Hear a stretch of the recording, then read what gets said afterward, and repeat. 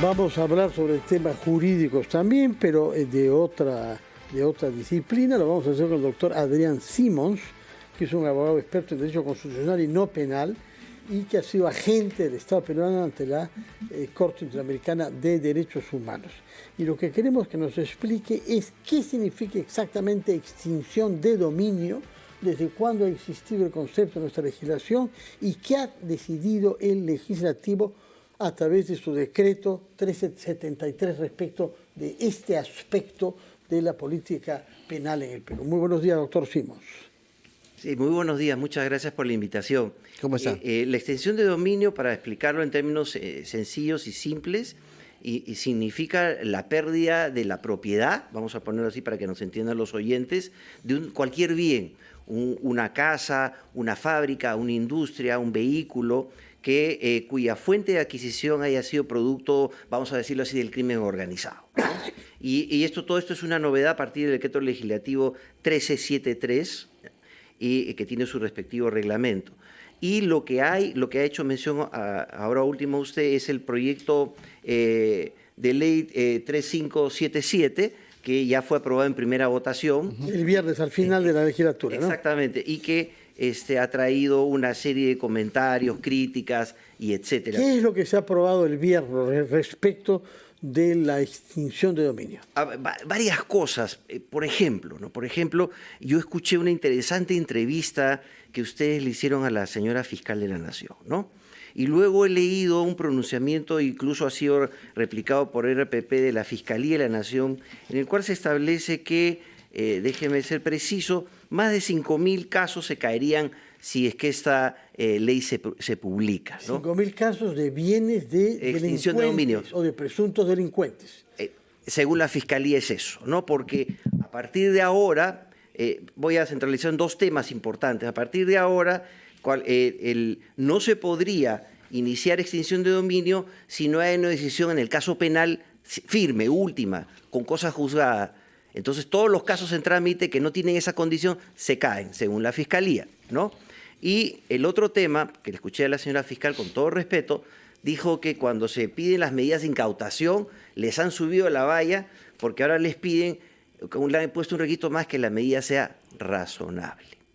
Creo que esos son los dos puntos centrales de la crítica. Hay otros asuntos no menores, pero que son los centrales. Pero el primero creo que es un problema de falta de información y además una muy mala técnica legislativa del proyecto. Porque la ley dice que no se puede iniciar un procedimiento de extinción de dominio si no hay una sentencia definitiva, firme, que esté preso el delincuente. Antes no era así, ¿ya? Y luego la ley dice... Antes, ¿cómo era? Era un proceso paralelo. Autónomo, sí. Autónomo. Entonces la misma ley dice, pero es bien graciosa. No se necesita la emisión de una sentencia firme en los siguientes casos. Y hace una lista interminable de casos. O sea, la excepción es la regla. Es decir, tráfico ilícito de drogas, terrorismo, secuestro, extorsión. Pero más que gracioso, eso parece triste, porque una vez más estamos legislando para los delincuentes. Al revés, porque en lo que no está comprendido dentro de la regla serían los delitos ambientales, los delitos contra la administración pública, ¿ya? Y a esto sí lo han metido contrabando. Corrupción. Lavado de activos.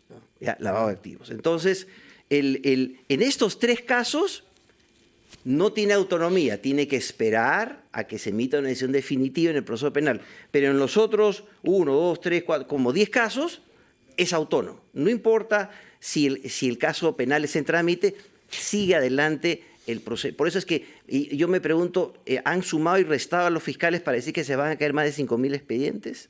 Doctor, hay un argumento que se ha planteado en estas discusiones y que ha sido lo que se considera para ellos una aplicación abusiva, ¿no?, del tema de la extinción de dominio. Sí. Usted quería que ha existido esta aplicación abusiva. Le pido, por favor, que nos espere un minuto para ir con la pausa comercial y regresamos con su respuesta. Está el doctor Adrián Simons, abogado experto en Derecho Constitucional, con nosotros aquí en Ampliación de Noticias. Regresamos. Bueno, retornamos a Ampliación de Noticias. Fernando Carballo y Carlos Villarreal estamos con ustedes.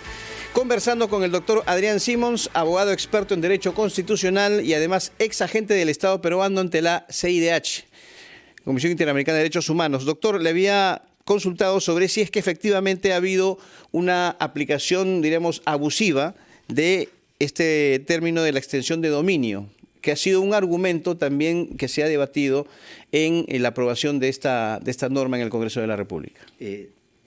Indudablemente, sí han habido excesos. Yo lo puse en una columna reciente que escribí para el Diario del Comercio. Le pongo el caso, ¿no? Para que vean lo dramático que es y cómo se afecta a la industria formal. Salen las embarcaciones pesqueras formales, industria pesquera formal, controladas por inspectores, ubicación satelital, y cuando salen a pescar, dentro de las autorizaciones que tienen, puede haber incidencia de pesca de peces más pequeños, ¿no? Que se llaman los juveniles. Cuando eso ocurre, se reporta inmediatamente y, de acuerdo a la incidencia, se suspende la pesca y aparentemente ahí no pasa nada, pero sí pasa. Entonces, en ese momento viene el drama de los formales. El Ministerio de la Producción elabora un informe, lo pasa ese informe al Ministerio del Ambiente, el Ministerio del Ambiente a la Fiscalía denuncia por delito ambiental y luego va a la Fiscalía de Pérdida de Dominio y la Fiscalía de Pérdida de Dominio solicita la incautación de las empresas pesqueras y así se acabó la pesca. Y el daño es irreversible porque, como ustedes saben, las embarcaciones pesqueras formales solo pescan 2 veces al año. Que te quiten una embarcación y luego te la devuelvan a cabo 3 o 4 años, la pérdida no solamente para la empresa, sino para los trabajadores y de ingresos para el Estado por impuestos es enorme. Ese es un ejemplo típico de lo que significa el abuso de esta figura de la pérdida de dominio. Ahora, en todo caso, por lo que comprendemos a partir de su experiencia con el tema pesquero, es que es razonable que se regule mejor la extinción de dominio, pero usted desaprueba que se haya excluido de los casos en que se puede afectar con esta figura a los casos de corrupción. Exacto. Alguien está beneficiando acá, a través de esta ley, por muy razonable que pueden ser los objetivos que usted dice, a funcionarios públicos que roban dinero al Estado y a los peruanos. Correcto, exactamente. Lo que hay que hacer es mejorar la ley en aspectos técnicos, es decir, que la incautación no se conceda por el solo pedido, que hayan requisitos básicos que existen en cualquier legislación. Yo escuché, como lo dije hace un momento, con todo respeto a la señora fiscal de la Nación, quejarse porque le habían impuesto un requisito adicional que el pedido de incautación o de medida cautelar sea razonable.